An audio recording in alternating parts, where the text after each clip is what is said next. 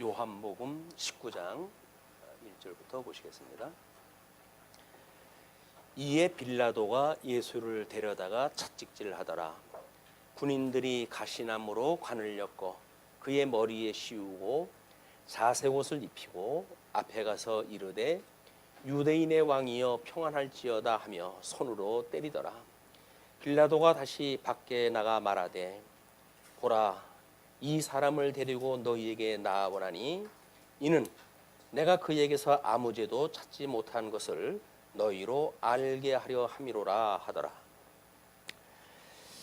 요한복음 19장이 예수님이 죽으시고 장사되는 그런 그 내용이 소개가 되어집니다. 근데 시간이 오늘 성탄 이브로 해가지고 예수님 탄생을 기념을 한쪽에서는 하고 또 한쪽에서는 우리 예수님 돌아가시는 장면을 우리가 살펴봄으로 해가지고 예수님 전반에 대한 그런 그 내용들을 한번 생각해보는 기회가 되어졌다고 보여집니다. 일단 빌라도는 우리 로마 제국의 녹을 먹고 있는 총독이에요. 그렇기 때문에 이방인 손에 넘겨져야 되겠다고 하는 구약성경의 그 언약대로 예수님은 지금 이제 에덴 동산에서 이끌려 가지고 우리 아담으로 하여금 양대 언약을 지키도록 했는데도 불구하고 행위 언약으로 인해서 이는 이거를 에덴을 상실했다고 그렇게 이야기를 했죠. 이때에 아담을 미혹했던 자를 우리는 뱀이라고 이렇게 성경이 나와져 있어요. 요한계시록에 보게 되면 이것이 옛뱀이요 또는 마귀요 그리고 사단이다 이렇게 정의를 내리고 있어요. 성령이 말하기를. 그러니까 지금 실체적으로 해가지고 아담을 에덴 동산에서 하나님의 그 명령을 불순종하도록 역사했던 것이 바로 이 옛뱀입니다. 옛뱀이요 마귀요 사단인데 우리 이스라엘 백성들에게 하나님께서 이 실체적인 언약에 대하여 이거는 이제 실체적인 건데 이 실체에 대해서 모형으로 해가지고 이스라엘 나라를 통해 가지고 이걸 그대로 이제 풀어가지고 설명하게 해주셨어요. 그걸 우리 이스라엘에 대한 계시의 내용을 이제 보게 되어집니다.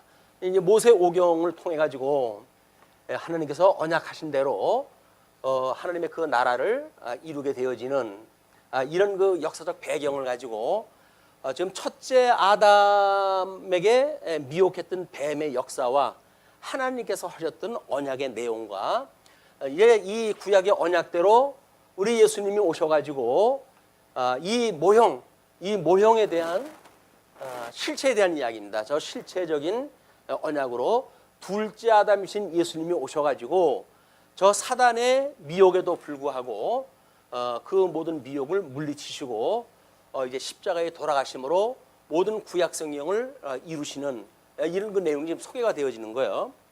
그런데 이 뱀이라고 하는 이걸 우리가 이제 용이라고 이렇게 했는데 용의 권세. 그런데 하나님께서 이 모형적으로 보여줄 때 보시게 되면 가나안 땅에 약속한 그 가나안 땅에서 이들을 가뭄을 피해 가지고 애굽으로 내려가게 하시죠.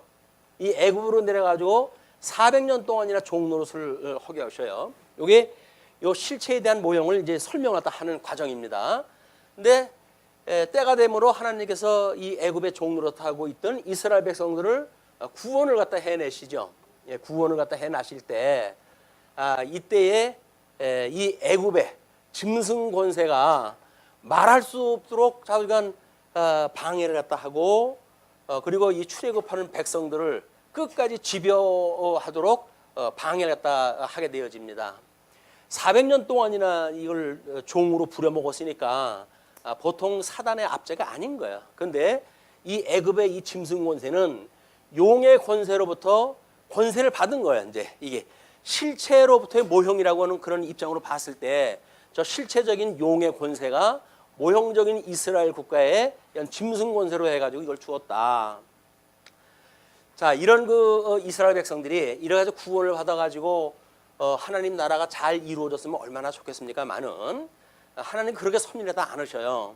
그래가지고 이 하나님 나라에 들어가서 창건하고 이제 그렇게 되었음에도 불구하고 이제 이들이 분국하게 되어지고 급기야 바벨론의 포로로 끌려가고 회복하게 하는 역사를 또 하잖아요. 이때 분국 유수하도록 했던 그 짐승도 이 짐승이에요.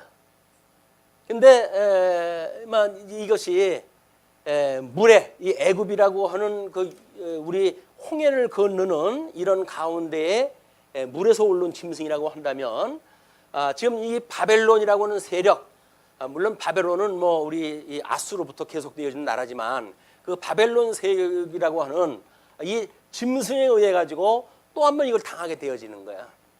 그런데 이때에 이제 이 분국과 유수라고 하는 그 이야기는 내부적으로 해가지고 이 음료의 권세들이 짐승 권세를 타고 놀면서 이제 이런 그 일들이 만들어집니다. 요거는 요한계시록에 그냥 가게 되면 바로 이것이 그대로 이루어져요. 그래서 이 짐승 권세와 음료 권세가 서로 필요에 의해 가지고 이용을 갖다 하고 그래가지고 하나님 나라를 이제 공격하게 되어지는 이런 그 일이 되어질 때 예수님이 천사장의 나팔 소리로 오시면서 이걸 다 멸하게 하시는 사건이 이제 보여지죠. 모든 것들이 멸하게 되어지고 새 하늘과 새 땅이 이제 이 땅에 이제 이 새 땅이 도래하게 되어지는 하나님의 나라의 내림의 역사가 소개가 되어지는 겁니다. 이건 전체 이런 구도에서 오늘은 예수님이 오셨을 때 로마 제국이라고 하는 이 제국이에요. 이것도 짐승 권세입니다. 그리고 예수님을 당시에 이제 사내들인을 중심으로 해가지고 거짓 사역자들이 등장을 하게 되어지는데 우리 유대인들의 이것들이 음료 권세로 해가지고 구약에 언약되어진 메시아를 제대로 이해하지 못하고 이거를 율법적으로 이해를 갖다 해서 복음을 비틀어 놓고 그래서 모든 사람들을 망하게 하는 그런 그 역사가 예수님 오셨을 당시에도 짐승 권세와 음료 권세의 야합으로 이것이 만들어져요. 이것은 이제 우리 요한계시록에서 실체적으로 짐승 권세와 음료 권세의 총체적인 공격을 받게 되어지고 그렇죠. 우리 예수님이 다 멸하심으로 해가지고 궁극적 승리를 다 이루어 가신단 말이에요. 오늘은 요 부분이에요. 여전히 저 짐승 용의 권세로부터 모든 권세를 이어받은 짐승들이 이제 로마 제국까지 와가지고 그래서 이걸 우리 먼저 번에 그 사마리아 여인에 대한 예를 들 때 5명의 남편이 있었다고 하는 그 이야기를 갖다 했잖아요. 그런 그 이야기가 이스라엘 백성들이 유수되어지기까지 그리고 회복되어질 때까지 이제 우리 예수님이 오시기 전까지예요. 요때에 짐승 권세가 드러난 거를 다니엘서는 짐승별로 해가지고 쭉 계시가 되어진 거야. 그러면 그거를 멸하게 하시기 위해서 예수님이 오셔가 짐승 권세를 멸해야 되는데 이제 멸하실 때 이제 예수님이 로마 제국이라고 하는 제국 아래 태어나가지고 그리고 유대인들의 사내들인이라고 하는 적그리스도 그래가지고 진리를 왜곡시키는 이런 자국 내에 잘못되어져 있는 신학을 가지고 있는 자들로 해 가지고 예수님의 정죄를 받게 되어지는 거거든요. 이런 그 이야기를 딱 했을 때 지금 1절부터 3절까지 내용이 군병들의 조롱의 장면이에요. 뭐 대통령에 대한 어떤 그거를 시계로 해가지고 뇌물죄로 아마 걸기는 뭘 했든지 그냥 망신이나 주고 말아라 뭐 이런 그 이야기가 회자가 되고 그래가지고 사실 아닌 걸로 해가지고 신문지상에 터뜨리고 뭐 해가지고 난리가 났잖아요. 결국은 세상을 뜨는 사건까지 가게 되어지는데 조롱이라고 하는 그 이야기는 혀를 깨물고 죽고 싶을 심정입니다. 이게 사람한테 조롱받는 것만큼 힘든 게 없어요. 그것도 같지 않은 것들한테 이 비진리의 세력한테 진리로 오셨던 예수님이 조롱을 받는다는 이야기는 이건 갖은 수치를 다 당하는 거예요. 이제 이 유수의 장면이 언약 백성임에도 불구하고 국권을 잃어버리고 좀 포로로 끌려가는 수치를 당하는 거 아닙니까? 이 수치 왕은 눈이 뽑혀가지고 지금 여기를 끌려가고 있으니까 주권을 상실한다고 하는 것이 얼마나 큰 수치인지 몰라요. 이스라엘이라고 하는 그 나라가 하나님의 언약으로 만들어진 그 세워진 나라임에도 불구하고 이런 잘못되어진 세력에 의해서 조롱을 당하고 있을 때 우리 예수님이 우리의 모든 죄를 대속하시기 위해서 이 조롱을 다 당하신 거야. 그러니까 우리는 예수를 믿고 내가 구원을 받았어요 라고 이야기하다 하는데, 예수 믿고 구원받았다고 하는 어떤 뭐 관념적인 그런 그 문제가 아닙니다.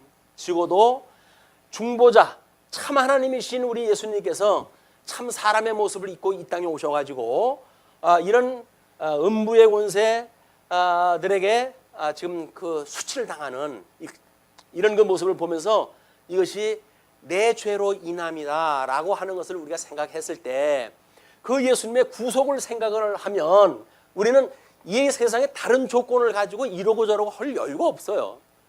이 세상을 살면서 뭐 조건을 가지고 예수님 믿는 어떤 팔자 펴는 소리 할 때가 아닙니다. 예수님으로 인해 가지고 우리가 어떠한 그 은혜를 입고 있는지 이걸 놓치고 살게 되면 그냥 교회 생활은 액세서리, 그냥 성경책 들고 왔다 갔다 하는 걸로 끝나고 말아요. 그러나 예수님의 이 수치가 곧 나의 죄를 인한 수치라고 우리가 생각이 들었을 때 이걸 직접적인 나의 문제로 오게 되어진단 말이에요. 예수님의 돌아가심, 예수님의 이 수치, 이것이 나의 문제로 직접적으로 연결이 되어진다. 나의 문제가 아닌다고 한다면 예수님 돌아가신 거고 나하고 뭔 상관이 있겠어요.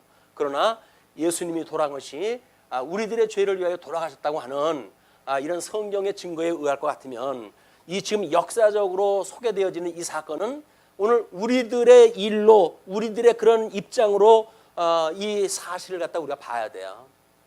그냥 객관적인 어떤 역사적인 사실 공부하는 걸로 끝나면 아무 소용이 없습니다. 신학적으로 해가지고 어떻게 구속의 역사를 또 해가시는지 이제 그걸 우리가 볼 필요가 있죠.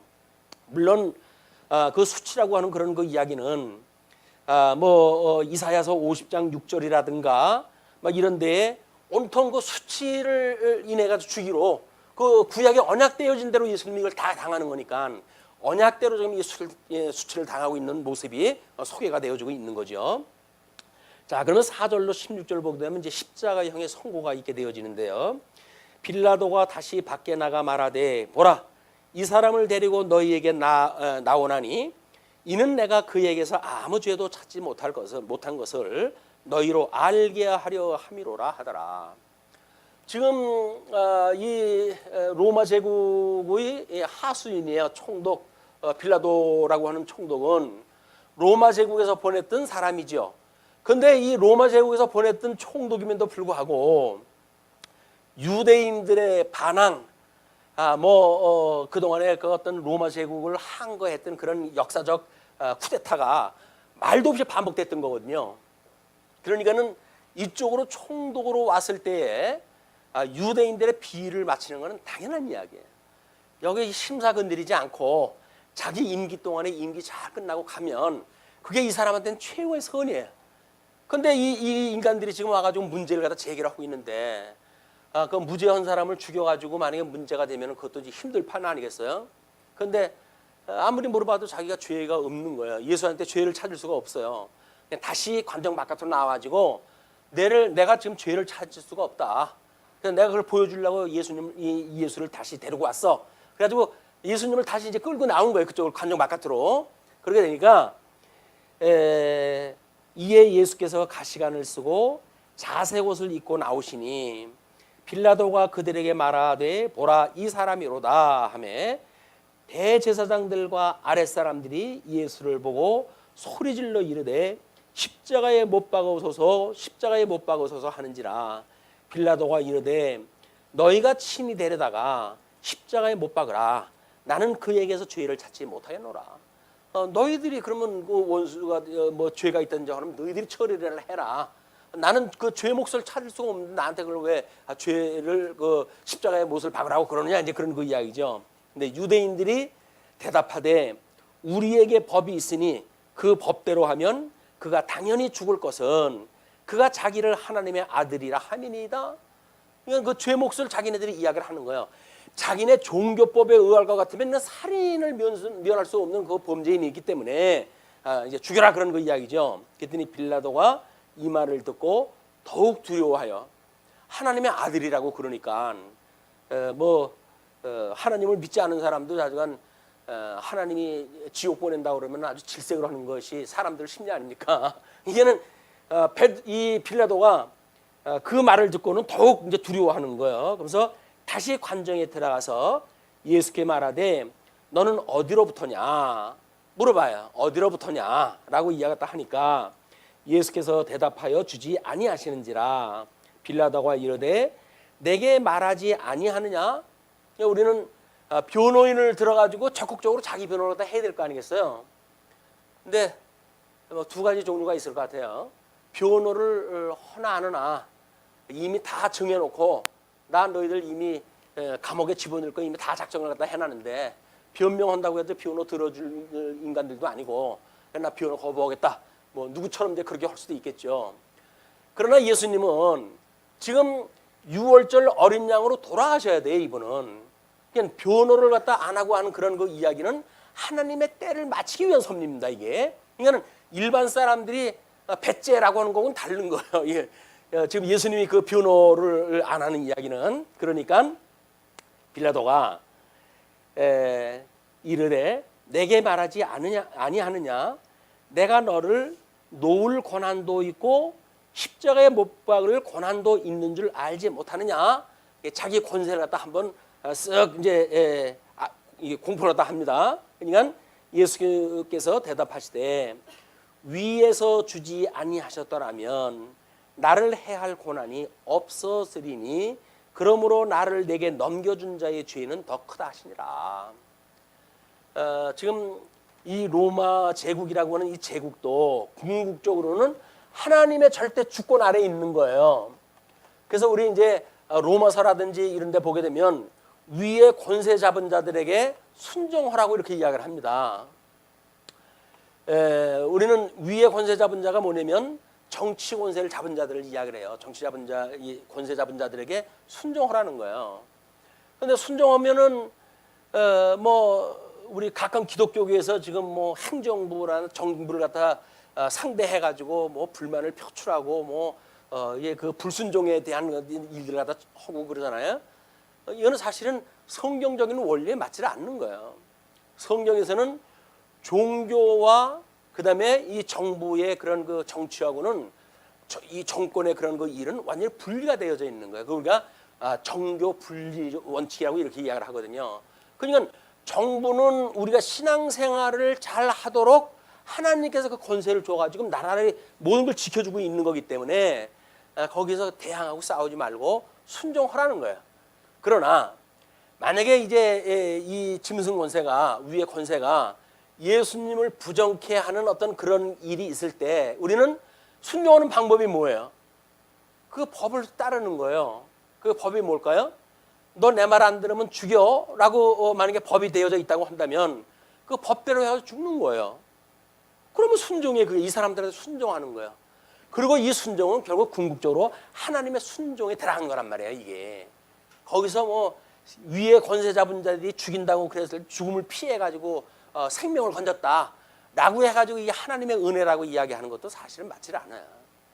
이 권세 잡은 자들한테는 만약에 예수를 믿는 일로 인해 가지고 우리가 고난을 받았을 적에는 죽는 데까지 가는 겁니다. 왜? 이미 우리는 예수를 갖다가 믿을 때 우리들의 죄를 인하여 우리 몸이 죽었다고 고백하는 사람들은 아니에요. 우리는 지금 육신이라고 하는 그 이야기는 예수님을 믿을 때 모든 육체의 권세라고 하는 것이 예수님과 함께 죽은 거예요, 이게. 그런데 그거를 뭘 살리고자 하는 어떤 그런 우리들의 어떤 모략이 있다든지 그런 소망을 갖는다든지 이런 것들은 우리들의 스스로의 신앙생활에 대한 거를 한번 점검을 해볼 필요가 있죠. 생명 연장되어진 것이 하나님의 은혜다. 그럼 지금 하나님께 불려가면 은혜가 아니고 생명을 연장해주면 은혜인가요? 이게 우리가 이제 세속 논리에 빠지게 되면 그렇단 말이에요. 이 세상을 살아가는 것이 목적이라고 한다면 여기서 모든 것들이 성공하고 여기서 모든 것들이 성취가 돼야 되겠죠. 그러나 만약에 이 땅에서 우리가 육신으로 해가지고는 죄에 대해서 죽은 바가 되어졌기 때문에 육신의 장막을 벗어버리는 순간 우리는 예수님에게 이제 이끌림을 받아 가는 거 아닙니까?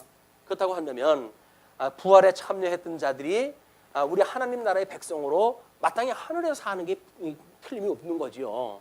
그렇기 때문에 이 땅에서 어떤 목숨을 부지하기 위해 가지고 순종 불순종 여부를 이야기한다든지 이런 건 별로 의미가 없는 일이다. 예수님은 6월절 어린 양으로 돌아가셔야 되기 때문에 결국은 돌아가셔야 돼요. 그 로마법에 의해 가지고 십자가에 못 박혀야 되고, 유대인들이 자기네들이 고수했던 법이 있다고 한다면 그들의 법에 의해서 돌아가셔야 되는 거예요. 이것이 예수님이 권세 잡은들한테 순종하는 걸로 드러나고 있다. 물론 궁극적으로 이제 예수님이 철저한 권세로 해가지고 모든 뱀의 머리를 상하게 하시기 위한 섭리죠. 이게 과정적인 섭리입니다. 자, 그렇게 하시면서 그 나를 내게 넘겨준 자의 죄는 더 크다. 왜냐면 이들은 자기네 법이 뭔지를 알고 있잖아요. 이 율법이 무엇인지를 알고 있는데 이 율법을 가지고 예수님을 정죄하는 데 사용을 하니까, 그리고 이걸 로마인들한테 이제 빌라도에게 넘겨줬기 때문에 이 짐승 권세보다 음녀 권세의 죄가 더욱 크다라고 이야기하는 거예요. 그러면서 이러함으로 빌라도가 예수를 놓으려고 힘썼으나 유대인들이 소리질러 이르되 이 사람을 놓으면 가이사의 충신이 아니니이다. 이 총독은 지금 로마 제국의 가이사, 로마 제국의 황제예요. 황제의 신한데 이 가이사의 법을 따르지 않고 그럼 넌 가이사의 충신이 아니다 라고 하는 그런 그 이야기는 로마 본국에다가 널 고발하겠다, 이제 그런 협박이 지금 포함되어 있는 거죠. 그렇게 이야기를 하니까 무릇 자기를 왕이라 하는 자는 가이사를 반역하는 것이니다. 이 예수님이 지금 왕이라고 했던 그런 그 이야기는 유대인의 왕이라고 했던 거지, 이런 황제를 부정하는 그것이 아님에도 불구하고 고소를 갖다 그렇게 했어요. 13절, 빌라도가 이 말을 듣고 예수를 끌고 나가서 돌을 깐 들, 히브리 말로 가바다라고 이렇게 이야기를 했는데, 있는 재판석에 앉아 있더라. 돌을 깐 석, 돌을 깔아 있는 그런 그 석을 이야기를 하는데, 그를 요한계시록에서는 이제 유리바다라고 이렇게 이야기를 했죠. 유리바다. 이 유리바다는 구약성경을 이야기했을 때, 이 구약성경에 성전을 지었을 때 물두멍으로 해가지고 보여줬던 사건이에요. 이거는 우리가 뭐라 그랬어요? 제사장들이 자기네 맹무새를 검토하는 것이 물두멍이라고 그랬잖아요. 자기가 부정했던 모습을 발견해내는 것이 물두멍의 역사예요. 거기에 이제 물두멍이 있고 번제로 이제 그 사이에 있는, 그러니까는 그거를 지금 유리바다에서 하나님께서 심판하다 하시는 이 어둠의 권세들이 어떠한 것인지를 전부 자명을 갖다 아주 밝은 거울로 보듯이 이걸 갖다 보는 거거든요. 지금 있을 자리가 없어요. 어두움이 드러나지 않을 곳이 없는 것이 하나님의 심판의 역사다. 이런 그것을 지금 보여주는 것이 이 반석, 깐 반석이라고 하는 걸 해가지고 지금 실체적으로 어떻게 심판을 할 것인지에 대한 것을 모형적으로 이걸 보여주는 거예요. 로마 제국과 유대인들의 그런 모습을, 심판 모습을 통해 아주 보여주고 있는 겁니다. 자, 그러면서 이 날은 6월절의 준비일이요 때는 제6시라 빌라도가 유대인들에게 이르되 보라 너희의 왕이로다. 이게 이제 내주게 되어져요. 그래서 예수님이 십자가에서 매달려져 있는 시간만 6시간을 매달려져 있게 되어집니다. 6시간을 매달려져 있게 되어지는데, 전반부 3시간은 요한복음에는 나타나질 않아요. 요한복음은 후반전 3시간에 대한 것이 언급이 되어지는데, 이제 빌라도가 유대인들한테 너희 왕이다라고 이야기 해줘요. 그러니까 그들이 소리 지르되 없이 하소서, 없이 하소서, 그를 십자가에 못 박게 하소서. 빌라도가 이르되 내가 너희 왕을 십자가에 못 박으랴. 대제사장들이 대답하되 가이사 외에는 우리에게 왕이 없나이다. 지조 없는 인간들이 예수님 십자가에 못 박으려고 로마 제국의 황제를 적극적으로 자기네 왕으로 이제 이야기다 하는 거야. 벨도 없는 인간들, 자기네 아버지가 누군지도 모르는 인간들, 하나님께서 먼지와 같이 쓸어버릴 그런 그 인간들이기 때문에 자기가 누구로부터 온 걸 모르는 거예요, 인간들은. 그래 하나님의 법을 가지고 있음에도 불구하고 자기네 정체성이 제대로 안 돼 있으니까 이 다른 제국의 왕에게 아부를 떨면서 이 생명을 부지하려고 하는 불쌍한 인생들을 우리가 보게 되어지는 겁니다.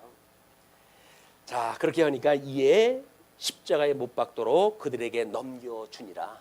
성경대로 그걸 넘겨주게 되었어요. 자, 이제 17절서부터 22절 보시게 되면 십자가에 못 박히시는 사건이 소개가 되어집니다. 자, 그들이 예수를 맡음에 예수께서 자기의 십자가를 지시고 해골이라 하는 곳에 나가시니 히브리 말로는 골고다라고 이렇게 이야기를 했어요. 그들이 거기서 예수를 십자가에 못 박을새 다른 두 사람도 그와 함께 좌우편에 못 박으니 예수는 가운데 있더라. 그래서 예수님이 이제 그 죄인들과 함께 한다고 하는 그런 그 구약의 말씀을 성취하기 위해서 예수님 단독 그 어떤 법 집행이 아니에요. 양도의 양쪽에 죄인들 가운데에서 십자가의 그 형을 받도록 되어져 있습니다. 그러면서 빌라도가 패를 써서 십자가 위에 붙이니 나사렛 예수 유대인의 왕이라 기록되었더라.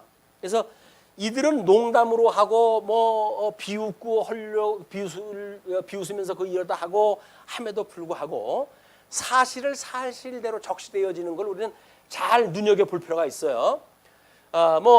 제사장이 예수님 한 사람만 죽고 우리 민족의 구원을 받는다고 한다면 그게 좋은 일이 아니냐라고 했던 그 이야기도 구약에서 언약되어진 대속주 유월절 어린 양의 그런 대속을 이미 내다보고 있는 이야기거든요. 자기네들 유익을 위해서 이야기하는 이야기임에도 불구하고 역사적으로 예수 그리스도의 십자가를 정당화하는 사건으로 이것이 증거가 되어진다는 거예요. 그래서 아무리 잘못되어진 말로 하더라도 진리가 왜곡될 수가 없습니다. 우리는 사도 바울이 그런 그 이야기를 하죠. 이제 자기를 비웃고 욕하고 그러면 다른 그 복음을 증거할 때에 사도 바울이 그렇게 이야기를 해요. 참으로 하나 거짓으로 하나 드러나는 것은 예수 그리스도니. 그러니까 그들이 시기심을 가지고 복음을 증거한다고 하더라도 예수님을 증거한다고 한다면 나하고 대적관계 있을 필요가 없다는 거예요. 자기가 꼭 그렇게 한 대로 안 하면 어때요? 예수님만 증거가 되면 되지. 자기 이름으로 증거가 돼야 되는 거예요? 아니잖아요. 우리는 이름도 없고 다 소속도 없는 사람들, 예수님만 믿는 사람들이니까. 그래서 내 이름으로는 명예를 갖고 내 이름으로 무엇을 해야 되고 내 이름으로 업적을 쌓아야 되고 이런 것이 아무 소용이 없는 거예요. 설사 나를 비웃기 위해 가지고 복음을 들고 예수가 그리스도라고 이야기를 한다면 우리는 아멘으로 화답을 갖다 해줘야 돼요. 박수를 쳐줘야 돼요. 근데 우리는 저 인간이 나하고 틀린 얘기를 갖다 한단 말이야. 이렇게 이야기 해가지고 자기를 절대화 만들고 이런 그 일들은 매우 비복음적인 사건이에요.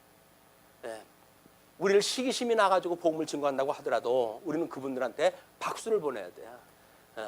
예수 그리스도가 드러나니까, 예수 그리스도 만천하의 그 영광이 드러나니까 그걸 우리가 방해하면 안 되는 거예요. 자, 이제 그렇게 한 뒤에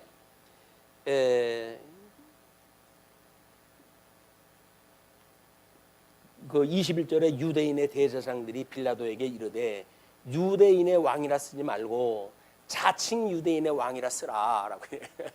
유대 왕, 지네들 왕이라고 이제 그러는 것도 못마땅하다 그런 거 이야기죠. 그러니까 자칭 유대인의 왕이라고 쓰라고 이야기를 합니다. 그러니까 빌라도가 대답하되 내가 쓸 것을 썼다 하니라.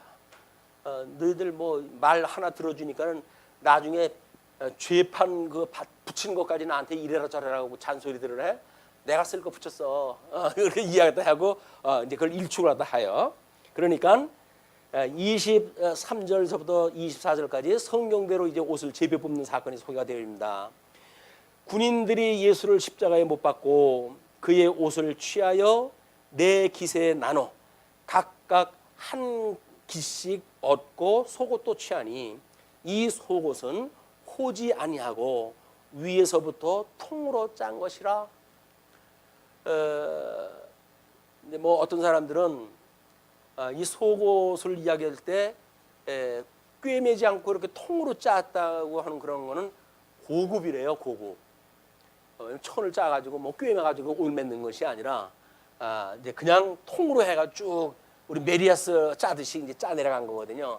그래서 그 옷은 상당히 고가래요, 그때 당시에. 그래서 예수님이 비록 이제 뭐 머리 둘 곳이 없었다고 하지만 예수님이 그렇게 가난한 분은 아니었다. 뭐 이렇게 또 이제 그 공격하는 자들도 있어요. 그러니까는 예수님이 지금 이렇게 호지 아니한 그 옷을 갖다 입었다고 하는 그 이야기는 구약의 모든 언약을 이루시기 위한 섭리지, 여제 당신의 어떤 부를 자랑하고 싶어가지고 입었다니 그런 게 아니잖아요.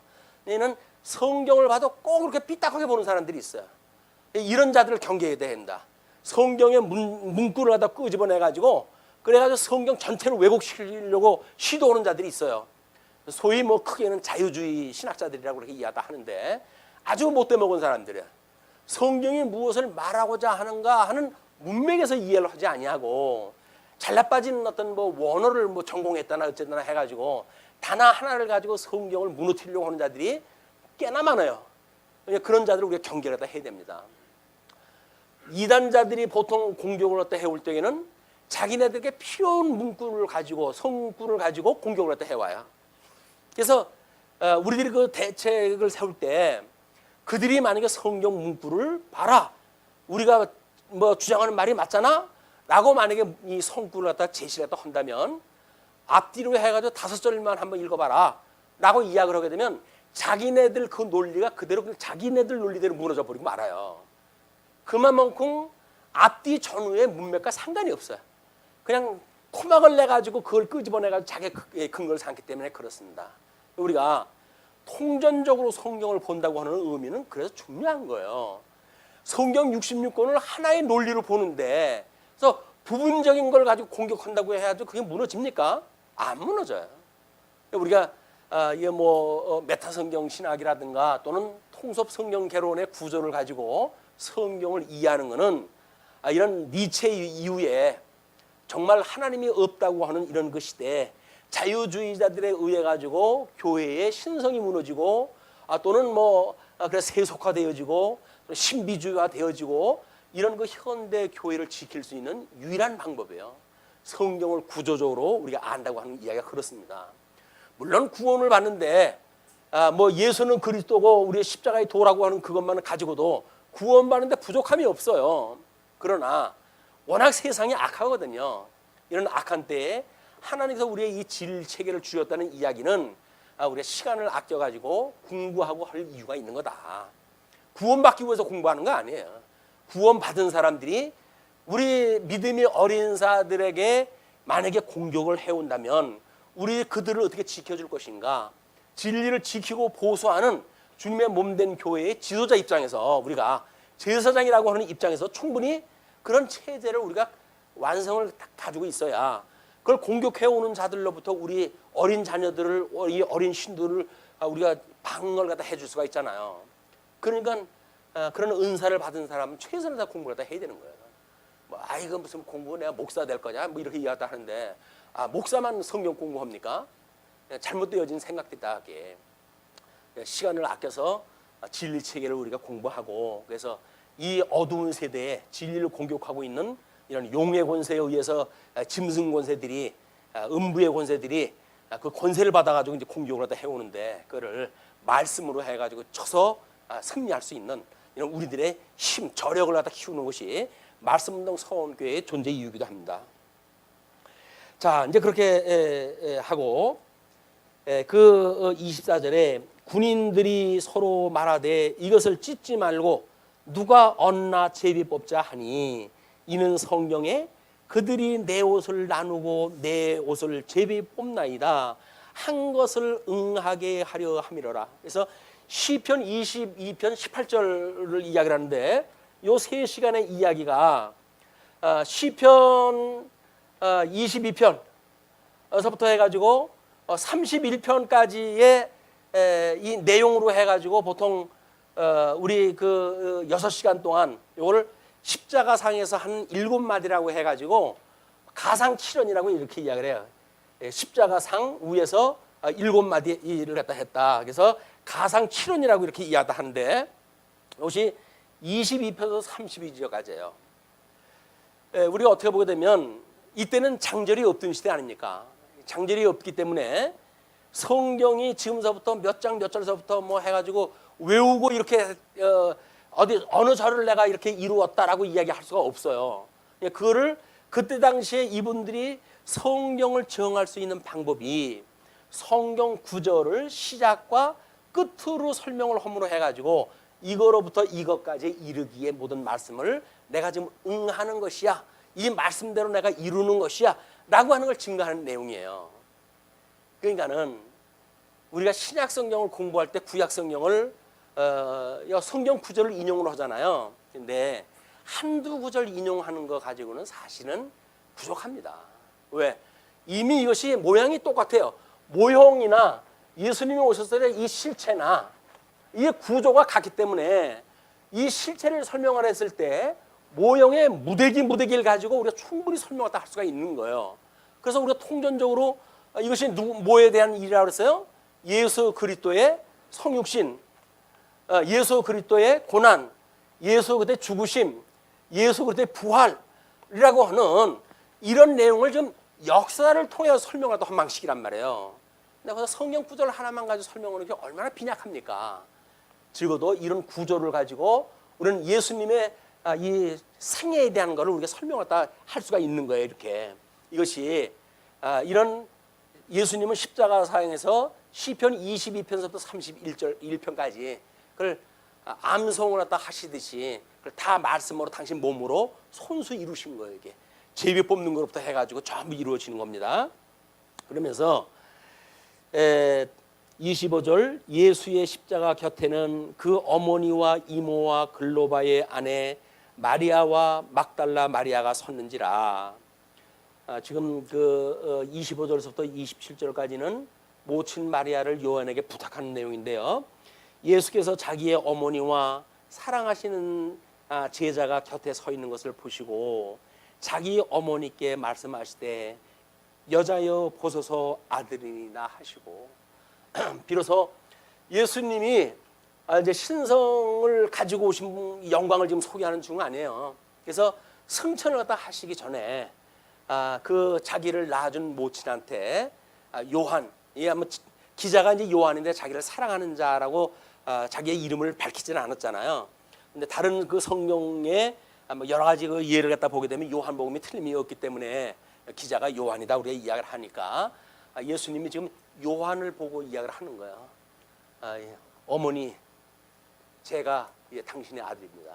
나는 이 세상 모든 사역을 마치고 하나님 나라 가니까 이 땅에서 당신을 섬길 아들은 쟤입니다라고 이야기를 하는 거죠. 그것이 바로 주님의 몸된 교회의 성도의 지체의 관계예요. 지체의 관계.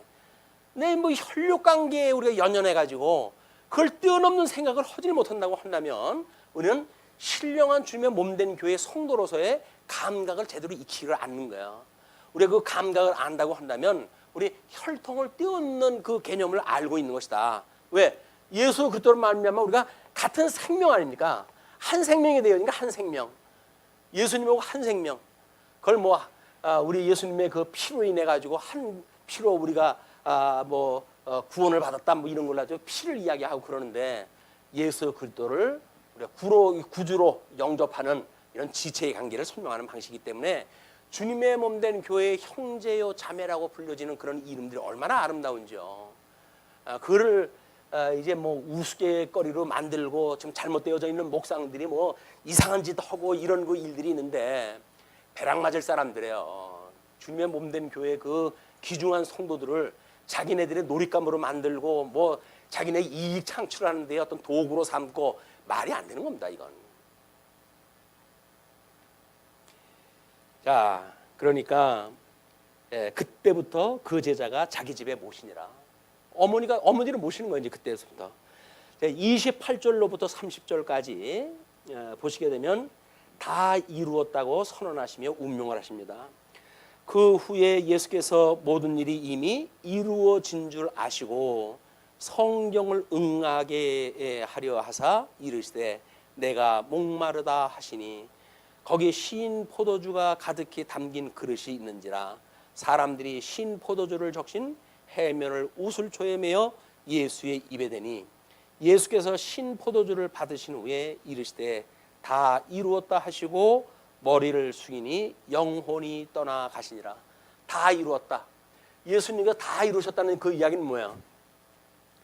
죽기 전에 그걸 운명하시기 전에 이야기를 하셨으니까 구약 성경에 언약되어진 모든 저주를 인하여서 내가 대속의 모든 일을 다 마쳤다는 이야기예요. 그래서 이제는 십자가상에서 음부에 가셔가지고 철장 권세로 해가지고 이 사단의 머리를 상하게 할 이런 그 때가 되어졌다고 하는 걸 이야기를 하는 거거든요. 그러니까 지상에서 계시되어진 모든 사역은 끝났다는 이야기예요. 그것이 부활 승천해가지고 나중에 해야 될 것까지 다 이뤘다는 이야기가 아닙니다. 예수님은 십자가에서 마땅히 돌아가심으로 이 짐승 권세를 어떻게 멸할 것인가.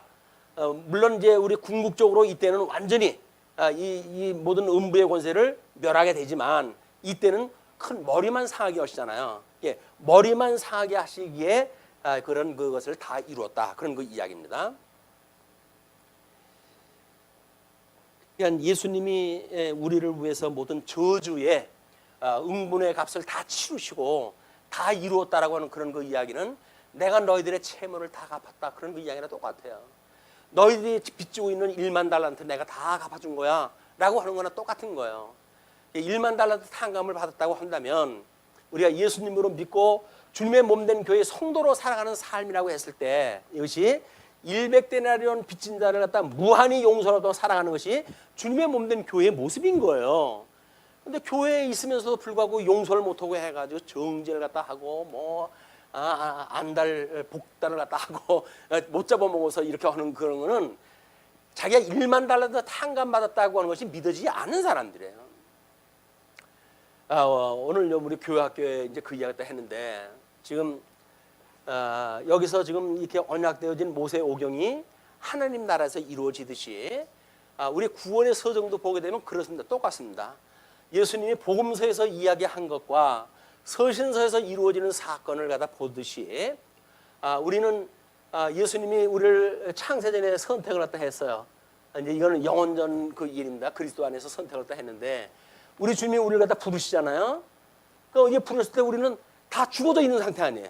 아담 이후에 모든 우리 사람들은 죄 중에 잉태되어졌고 죄 중에 출생이 되어졌기 때문에 죽어져 있는 사람들이기 때문에 하나님의 소명에 답을 갖다 할 수가 없어요.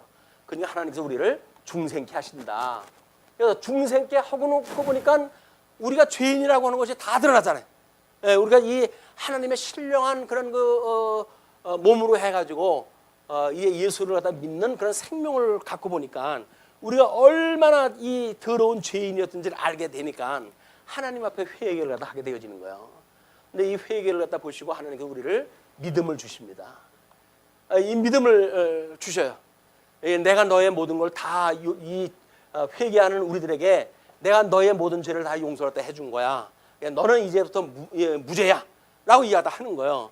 그렇게 해서 믿음이 만들어진 우리들을 이 믿음을 보시고 하나님께서 의롭다고 칭해 주시거든요. 이걸 우리가 협의적인 구원이라고 이렇게 이야기를 했어요. 양자까지 하나님의 아들이라고 우리가 이제 부름을 받는 여기까지를 협의적인 구원이라고 이렇게 이야기하는 거예요. 협의적인 구원. 좁은 의미로서의 구원이란 말이에요. 그러면 이것이 구원의 서정을 이야기하는 거거든요. 이 구원의 서정이라는 이야기는 뭐예요? 이 여기까지 이르는 이런 그 논리도 서정 중의 부분일 뿐이에요. 그럼 모든 전 서정을 이야기를 하려고 한다면 그 이후의 것이 설명이 돼야 될 거 아닙니까? 그것이 바로 성화의 과정, 견인의 과정, 영화의 과정, 이것이 포함되어진 거예요. 그래서 선택이 영원전에 그리스도 안에서 선택되어진 우리들이 이제 영화로운 몸이 되어져 가지고 영원무궁토록 하나님을 찬양하게 되어지는 몸을 이루게 되어진다. 근데 이게 우리가 양자가 되어진 것까지는 성경 공부를 통해 가지고 대부분은 이걸 이론적인 공부예요. 이게 이론 공부. 그 이론 공부라고 하는 그 이야기는 관념적이야 쉽습니다. 그것이 어떤 감각이 안 와요. 예수가 나를 구원했다는 게 뭐야? 뭐 이렇게 성경을 보니까 우리를 죄에서 구원하다 해주셨대 라고 이야기하는데 요거를 우리를 굳게 해주는 경건에 이르는 훈련을 갖다 해가면서 이걸 이제 깨닫게 하는데, 그걸 우리가 학습 공부라고 이렇게 익힘 공부라고 이렇게 이야기를 하는 거예요. 익힘 공부. 우리 교회 이상도 배우고 익히는 교회라고 이야기를 하지 않았어요? 의의 영광을 배우고 익히는 교회, 기업의 영광을 배우고 익히는 교회, 계시의 영광을 배우고 익히는 교회란 말이에요. 그냥 끊임없이 배운 공부와 익힌 공부가 우리가 이 반복이 돼야 되는 거예요, 이게. 근데 관념적으로 이거 배운 공부로만 해가지고 이루는 뭘 안다라고 우리가 설레발을 갖다 헌들, 우리들이 익힌 공부가 안 돼가지고 다른 사람들한테 경건의 모습을 보여줄 수가 없으면 다 부도예요. 야고보는 그렇게 이야기를 하는 거예요. 너희들이 가지고 있다고 하는 믿음을 내게 보이라. 나는 너희에게 행위를 보이겠다. 그런 그 이야기거든요. 그러니까 이 이론 공부와 익힌 공부가 전부 되어져 가지고 여기서 열매, 의의 열매, 성령의 열매, 사랑의 열매를 통해 가지고 이걸 보고 다른 사람들이 보여주는 거 아닙니까? 그러니까 열매를 맺는 이 과정은 성화의 과정을 통해서 드러나기 때문에 수없는 연단에 우리가 처하게 되어지는 거예요. 연단에. 이 성화의 과정은 끝없는 연단 속에서 이 열매가 맺혀져요. 뭐 세찬 바람도 불고 탁풍도 불고 뭐 비바람도 치고 이런 가운데 나무가 결실을 갖다 하듯이 성도들의 열매는 연단 가운데 맺어지는 것이다. 예, 우리 하나님께서 욥을 통해 가지고 질문을 갖다 하십니다. 이제 욥이 하나님 앞에 뭐 대단한 것처럼 해가지고 주신 분도 하나님이고 취하시는 분도 하나님이라고 해가지고 뭐 그렇게 이야기하잖아요. 근데 그 고난이 깊어지니까 뭐라고 그래요? 자기 생애를 저주하잖아요. 이 생애를 저주한다는 이야기는 뭐예요? 자기 존재 자체를 이미 하나님께서 주셨던 자기 존재를 저주를 갖다 하는 거랑 똑같은 거예요. 그러니까 우리 하나님께서 묻습니다. 너는 누구냐? 세 가지를 물어요. 너는 누구냐? 너는 어디 있었느냐? 그 다음에 너는 할 수 있느냐? 나중에 요한 욥기에 하나님을 만나서 하나님이 몇 장을 갖다가 가지고 소리를 갖다 하거든요. 이것이 간단하게 보면 이 세 가지를 물으셔요. 예수님이, 하나님이. 그게 바로 뭐냐면 우리들이 하나님의 아들이라고 하는, 하나님께로부터 지음을 받았다고 하는 자기의 정체성인 문제가 이게 해결이 안 되면 아무리 신학을 가지고 하는 소용이 없어요. 체험적으로 나는 하나님의 아들이야. 그래서 우리 예수 그리스도로 말미암아 내가 구원을 받았어 라고 하는 자기가 구원받은 실체, 실존하시는 하나님으로부터 말미암았다라고 하는 우리의 정체성이 확인되지 않으면 소용이 없습니다. 그리고 어디 있었느냐? 만약에 욥이 지금 사단에게 고난을 당한 거 아니에요? 그럼 어디 있었어요? 사단 아래 있었던 거 아니에요? 그러니까 사단의 아래 있었기 때문에 고난을 받았던 그 일인데 궁극적으로는 뭐라 했어요? 하나님의 절대 주권 아래 있는 거 아닙니까? 그런데 자기를 괴롭히는 사단에 대한 그것 때문에 여기서 고민을 했다 하고 생애를 저주하고 이렇게 했던 것을 하나님이 힐책을 하는 거예요. 그래서 네가 이제 당신이 만들었던 창조의 세계를 다 설명을 하면서 너는 이거 할 수 있어? 라고 묻는 거예요. 내가 무슨 능력이 있어? 너는 먼지 같은 인생인데 무슨 능력이 있다고? 내가 이렇게 섭리해가는 그런 섭리를 너의 그런 관점에서 이걸 불만 불평을 갖다 하고 이렇게 하는 거는 넌 잘못되어진 거야 라고 해가지고 하나님의 책망을 하시는 내용이 이 이야기예요. 이 과정을 통원됐을 때 이 성화의 과정이라고 하는 이런 그 과정을 통해 가지고 욥의 이 신앙 고백이 만들어집니다. 그게 모릅니까? 내가 과거에는 귀로만 들었었더니 이제는 눈으로 보나이다. 우리 믿음이 그거예요. 우리가 성경을 통해 가지고 하나님을 마주보는 것 같이 알게 되어지는 거예요. 온전한 것이 올 때에는 우리가 그 하나님에 대해서 마주보는 것 같이 알게 된다고 그러지 않았어요? 그 이야기가 뭡니까? 성경을 구조적으로 알게 되면 하나님의 존재에 대한 이야기, 하나님의 그 사역에 대한 이야기, 하나님의 속성에 대한 그런 그 이야기 하는 걸, 성경에 말하는 걸 우리가 그대로 우리가 배울 수가 있는 거예요. 그래서 하나님의 뜻이 무엇인지를 분별이 되어져서 비로소 이 하나님의 기뻐하시는 뜻대로 우리가 살아가고 싶은 마음이 만들어진단 말이에요. 그게 뭐예요? 그게 영적 예배예요. 영적 예배가 이런 성화의 과정을 통해 가지고 영적 예배가 만들어지지 않으면 우리는 가짜예요, 가짜. 예, 뜻도 모르고 하나님이 기뻐하는 뜻도 모르고 그냥 뭐 집에서 우리가 아버지하고 어머니하고 같이 사니까 그냥 뭐 우리 식구니까 그런 거 아니야? 뭐 이렇게 이해하다 하는데 정말 어떠한 그런 고통 속에서 나를 낳아오고 길러 주셨는지 이런 걸 모른다고 한다면 예수 그리스도의 고난에 우리가 참여하는 것이 아니다. 예수 그리스도 우리가 그 고난에 참여가 돼서 매일같이 죽을 수 있는 이런 것이 증인의 삶이란 말이에요. 증인의 삶. 그것이 성화라고 하는 과정을 통해서 만들어지는 거예요. 심사편하게 뭐 이렇게 하면서 예수 믿는다고 그러는 건 쉽지 않습니다. 더군다나 요즘처럼 어두운 시대에 뭐 부유한 시대에 예수 믿는다는데 뭐 고난이 뭐가 있어요. 그냥 그런 시대에 우리가 고난을 피하고 예수를 믿는다는 이야기는 모르겠어요. 아직은 뭐 우리가 양자 아들이라고 하는 요걸 배우기 위한 이런 협의적인 구원에 있다고 하면 모르지만 광의적인 이런 모든 구원에 임한다고 하는 그 이야기는 끝없이 성화의 과정을 통해 가지고 경건의 연습을 쌓고 거룩을 우리가 이루어가면서 살아가는 성도의 삶, 실질적인 삶으로 익힌 공부를 해가는 것이 우리 믿음 생활이다. 허라는 이야기는 아닙니다. 허라고 해도 우리가 할 수가 없어요. 이건 성령께서 맺혀주는 열매이기 때문에 성령이 맺혀주는 열매예요. 근데 우리가 가만히 우리를 들여다봤을 때 그런 성령의 열매가 없다고 한다면 하나님 앞에 기도할 일이죠. 이렇게 평생을 예수 믿다가 그냥 간다고 한다면 내가 뭔가 잘못 알고 있는 거 아니겠어요? 그럼 우리는 나에게 믿음을 주세요라고 기도를 받아 해야 된다고요. 어떤 믿음? 성령의 열매를 맺을 수 있는 믿음. 믿음이 우리 필요한 거예요, 이게. 믿음이라고 하는 것이 내가 하나님의 우리의 의로 말미암아 하나님 내가 죄인인 것을 갖다 믿습니다 라고 해서 주셨던 협의적인 믿음이 다가 아니란 말이에요. 이건 극히 부분적인 거예요. 신약 성경에 보게 되면 믿는 사람들을 상대로 해가지고 전부 기록되어진 거거든요. 거기에 신약 성경에서 빠져나가는 사람들이 얼마나 많은데요. 전부 도태되는 사람들이 얼마나 많은데요. 예정을 우리가 믿는다고요? 예정이 여기서 말하는 이 예정은 선택이라고 한다면 선택 이 영화에 이르기까지 전체가 예정되어진 거지. 요 부분만 예정되어진 게 아니에요. 이게 예정되었다면 이걸 왜 안 해요? 이걸 예정되는데 이걸 왜 안 해요? 우리 예정론을 믿는다고 하는 것도 사실은 부분적으로 선택적으로 나한테 필요한 걸 믿는 거예요.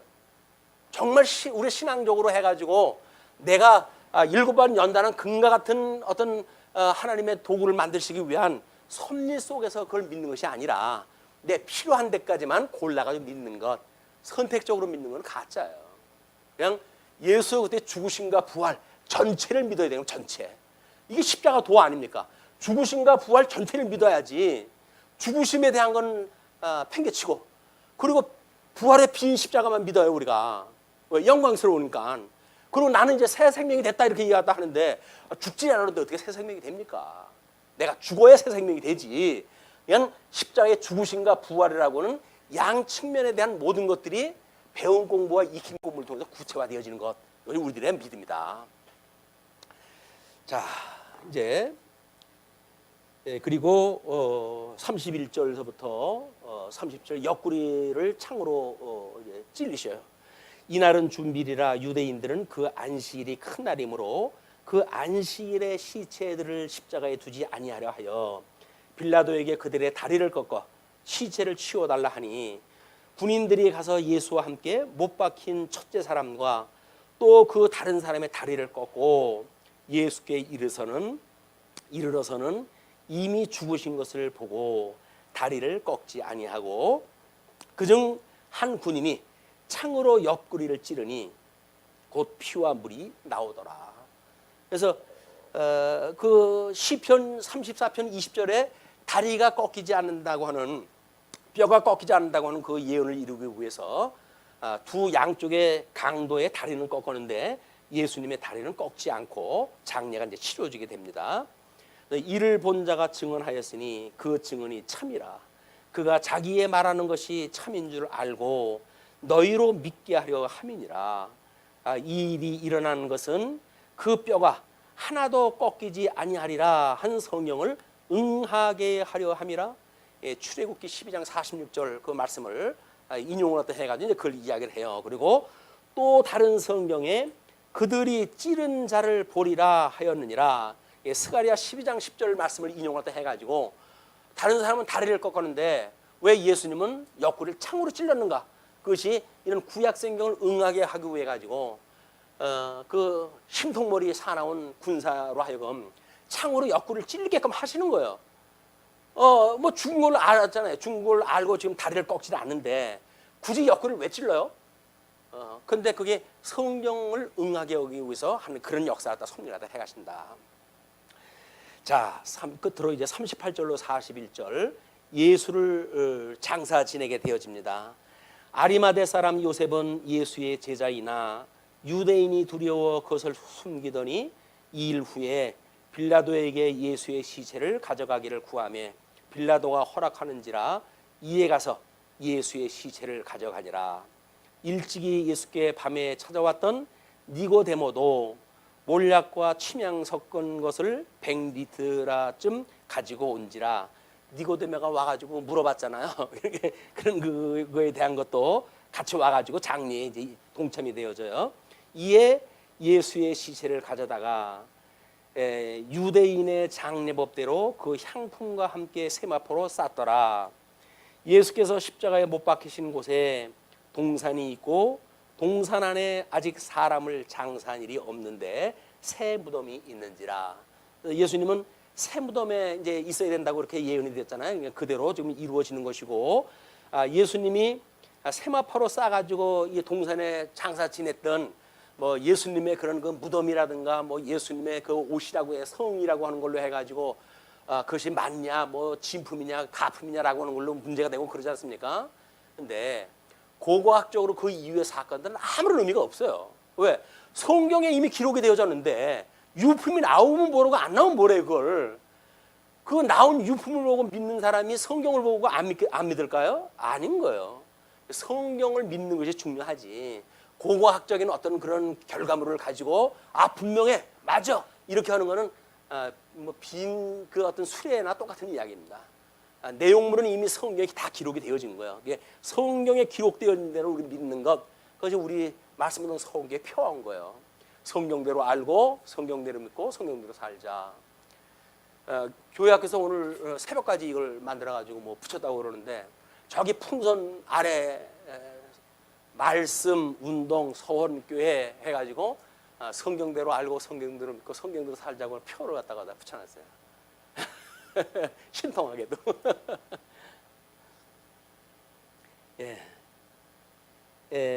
예수께서 십자가에 못 박히신 곳에 동산이 있고 동산 안에 아직 사람을 장사한 일이 없는데 새 무덤이 있는지라. 이날은 유대인의 준비일이요 또 무덤이 가까운 고로 예수를 거기에 두니라. 그래서 예수님이 무덤에 이제 장사되어진 것까지 소개가 되어지는 거야. 그 예수님은 음부에 내려가셔가지고 이 용의 머리를 갖다가 이제 쳐가지고 이기셔야 될 거 아니겠어요? 그 시간이 이제 그 우리 사도신경에 음부에 내려가사 그게 이야기예요. 유감스럽게도 지금 우리 성경에는 찬송가에 이제 그걸 빠져버렸는데 왜 성경을 그대 그 믿음의 선배들은 예수님이 십자가에 못 박아 죽으시고 음부에 내려가사라고 했던 구절이 있는데 그걸 뺐는가? 유감스럽게도 성경을 같은 성경 뭐 교파가 묶어가지고 그걸 보기 위해서 반대하는 사람들의 이야기를 들어주기 위해서 그걸 없앴다고 하는 슬픈 이야기가 있어요. 하나님을 믿는다고 하는 사람들이 뭐 그걸 자기네들 생각들 묻기 위해 가지고 구절까지 빼가면서 헐 그런 이유가 있을까? 그것도 우리들의 입장에서 보게 되면 매우 좀 슬픈 그 일이에요. 오늘은 여기까지 말씀을 하죠. 기도하시겠습니다.